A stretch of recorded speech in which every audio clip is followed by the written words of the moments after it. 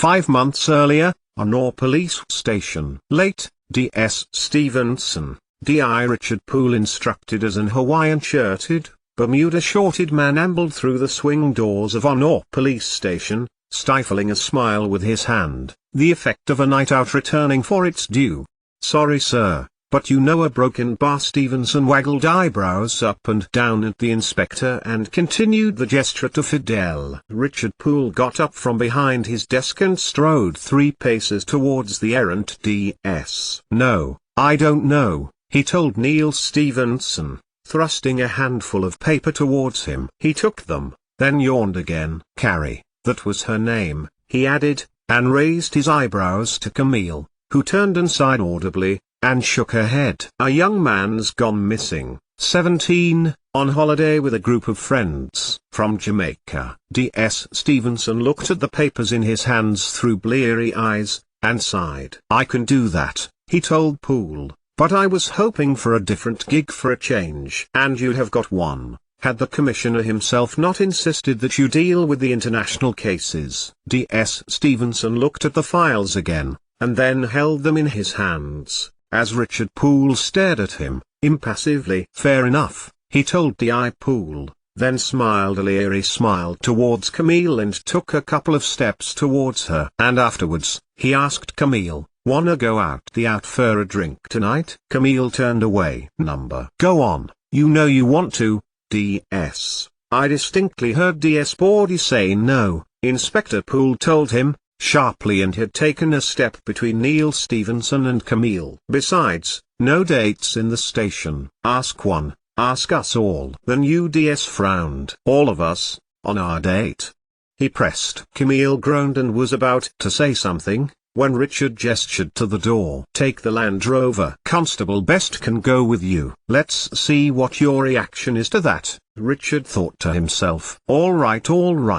Keep your hair on, Dick." "I beg your pardon?" Richard Poole narrowed his eyes angrily. Only one person was allowed to call him that, and it was Reddy, stirring up memories. "I said," Neil Stevenson repeated, "keep your hair on, sir, and I'll get the keys." "Yes, and I want D.S. Bordy to go with you." The look, the imperceptibly small pause, which was superseded by Camille's reaction. "Sir," she protested, but then saw Richard Poole's face and what he had asked her to do. "That is, yes, I'll interview the boy's family. Sergeant Stevenson can take statements from witnesses." It was for Richard. Camille wouldn't have done it for anyone else. If she expected the sleazy behavior to continue in the Land Rover, she was cautiously relieved that it hadn't. They returned 2 hours later with witness statements. The parents had been beside themselves that their son had disappeared into thin air. No mobile records suggested that he had been in contact with anyone untoward. The boy had gone out to surf,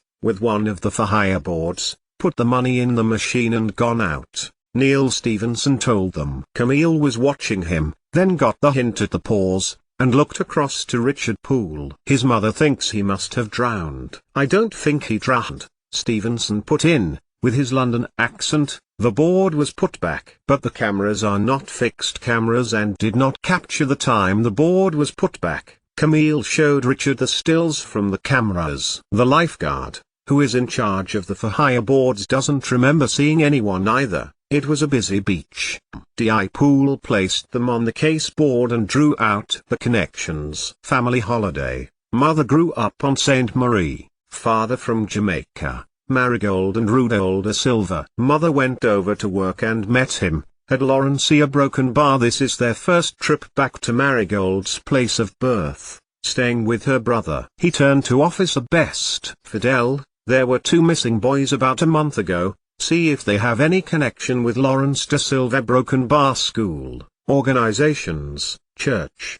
"I can do background checks," Stevenson offered. Camille turned from the board and glanced at him, then looked pointedly at Richard. "Yes, you do that and Richard Poole's eye caught sight of something on Neil Stevenson's desk. "A figurine." "Where did you get that?" "Of a Viking." "Can't rightly say. Maybe on holiday." D.I. Richard Poole picked up the Viking with the hornless helmet on his desk. "Just a token from home, like," Stevenson added. Got it from a town near the beach, lovely place. Had a church with a famous soldier in it, did something really famous in the First Works War. Higher ground overlooking it, could almost be in here, when the weather's just right. Can't remember the name though, Stevenson added, wistfully. That could take us a long time to investigate. I bet a lot of towns in the UK match that description. Richard returned it to Stevenson's desk. Only one I would ever go to, Stevenson continued, Big Island. Just along the way Broken Bar had squirrels on it. D.I. Richard Poole gave D.S. Neil Stevenson a pointed look. When you've quite finished reminiscing about summer holidays, Sergeant, D.I. Poole replied, not taking his eye off the little Viking. Background checks of all members of the family, of friends, of neighbors. Anything that might help us figure out the whereabouts of a 17-year-old Lawrence de Silva. 88,888,888. Camille had come over to the shack rather late, just as Richard Poole was about to undress for the proprietoriness of his pajamas when a knock came to the screen door. I saw D.S. Stevenson acting in a way that was very odd, she told him, after she had entered and accepted the invitation to sit. How so? Richard asked her. Well, his notes were very vague. He did not record the name of the lifeguard who gave him the report. Nor did he note down the time and place they interviewed. He couldn't ignore the CCTV, though, but it was I who had to ask the harbour master for hard copies of the surfboards. She leaned in towards Richard. And, the harbour master greeted him not with, "Why are you here?" but, "Back again." Richard Poole thought about what she had just told him, and wondered later whether there should have been the time when he had stopped Camille from talking to him about Stevenson. Instead he smiled, and put a hand on her lower arm. Briefly, he has been investigating several things that the Commissioner believes are related. His mind's eye fixed on the little Viking again for a moment. But, I agree, if you are out with him again, anything else you think might be suspicious? A Broken Bar. I will, Camille told Richard Poole. Good night, sir. Good night, Inspector Poole replied. He was involved, clearly, and so was she. As if being 4 hours away by ferry stopped Richard believing she was entirely without blame. Stevenson too. But, to get the king, sometimes you had to catch the rats. And several rats were already in glass cages, displaying their guilt as clearly as a lorikeet in mating season. Refusing to dwell on Charlotte Brooke any longer, D.I. Richard Poole closed and locked his shutter doors and retired to bed. 888,888,888. 2 weeks earlier, St. Honore told a copyright police station. Are you sure you need all this stuff? Fidel Best asked Dwayne Myers. They were moving boxes into what was about to become St. Marie's first forensics laboratory, a proper one. Not just us at a table round the back with things in the medical store. Yes, Dwayne declared. Me a forensic analyst now. I took my exam over at Guadalupe a week ago, all official, watch it. He added, as a Fidel bumped the one labeled, chromatography up the stairs. Let me give you a hand. It should have been 3 of them moving the kit. The Commissioner had called Richard Poole away unexpectedly that morning, and had instructed Neil Stevenson to go with Fidel to meet the boat. Dr. John Gold had assisted in the loading and, by all accounts, Charlotte Brooke had signed off all of the instruments that Dwayne had learned on. Where is he? Dwayne asked, annoyed at the DS who seemed to not be the when you needed him. Stevenson would then hang around sometimes as if to compensate, as if to fool you that the disappearances were in your own mind. As well they might be. He had asked Fidel and Camille if they had noticed the same thing, but both of them shrugged and shook their heads. Where is who? Came a voice from behind them. Dwayne was glad he had Fidel with him, because the unease at what he had thought he had witnessed 2 nights before had recurred regularly when he happened to see Stevenson.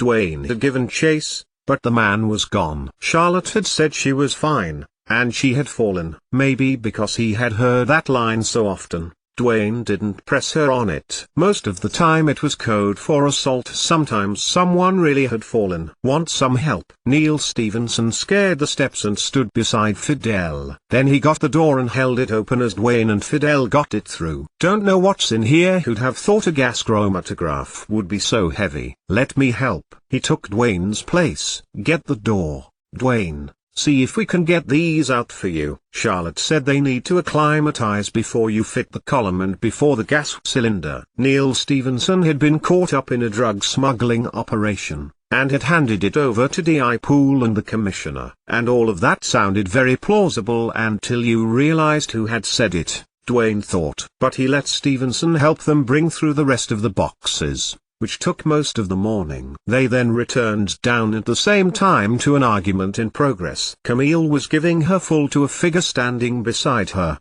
book in hand, attempting to write in it. But with each volley of DS Bordy, Ems Brooke stopped and looked at her. Suddenly, Camille fell silent and just stared at Charlotte Brooke. If you don't get up, I'll drag you outside myself. You should not be sitting at the inspector's desk, leaning on it to write in your stupid little book. DS Bordy, analyst Charlotte Brooke replied, her tone as cool as Camille's had been fiery. I have to wait for the analysis equipment to be unboxed and acclimatized before I can verify they are working, before I leave. That's being done now. I am merely using my time to greatest effect by completing the handover reports, and this desk, belonging to Broken Bar. She stopped, and looked at the neat nameplate, D.I. Poole, is not an untidy pile of half-finished work reports strewn all over the place. They are not strewn, Camille retorted. Miss Brooke, I find you rude, stubborn, petty, obnoxious, disrespectful and a broken bar and I find you, Charlotte began, cock a tilde diarrhea a fe tilde diarrhea tue, parquo pri actic, ipilanvi. Charlotte got to her feet and pulled her things together, ensuring with added emphasis that she had not left anything of her own behind nor had disturbed Dick's desk. More in shock because Charlotte Brooke could throw insults in Creole than the guilty feeling that more rather than less of those insults had truth in them, she watched wordlessly as Charlotte Brooke took herself towards the door, noting the Viking on one of them. That's because there are more people than desks, Camille managed to retort, but to Charlotte's retreating back. Miss Brooke, Dwayne nodded as she stepped out into the bright sunshine. Charlotte, out here, with the sun's intensity, the heavy makeup could not completely disguise the bruises to her face. Dwayne, thank you for this. I'll be up to check them after lunchtime. When it's cooler. Why don't you? He jerked a thumb towards the station, impressed at her ability in Creole. It has been made perfectly clear to me by your sergeant that it is not convenient for me to stay. A drink then? Dwayne asked, glancing to Fidel. As it's lunchtime, Charlotte cracked, doing what she had promised herself she must not do again, let Dwayne Myers get under her skin. She looked between the two policemen, her heart beating faster. No Neil Stevenson anywhere, Charlotte noted. She smiled. Yes, she told him, a drink would be great. 88,888,888. 3 days earlier, on a tilde copyright police station. A scraping of oak, and D.I. Richard Poole put his hand in his desk drawer to dislodge whatever it was that was making it stick. After a heft and a drag, ending in a little tilt, whatever it was moved out of the way and to one side, allowing it to free up. He put his hand inside it and removed the offending object. Richard Poole examined it for a moment before putting it into the breast pocket of his jacket. Then, he got it back out again.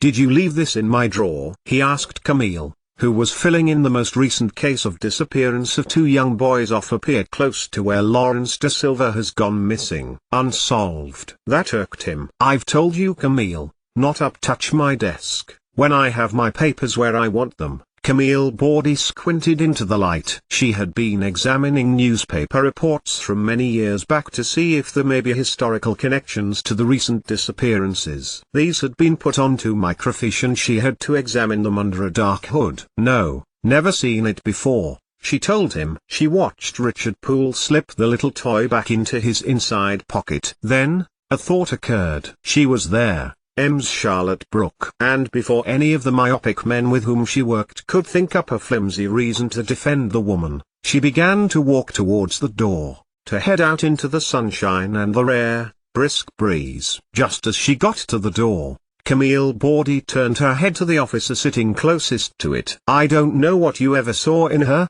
Dwayne,"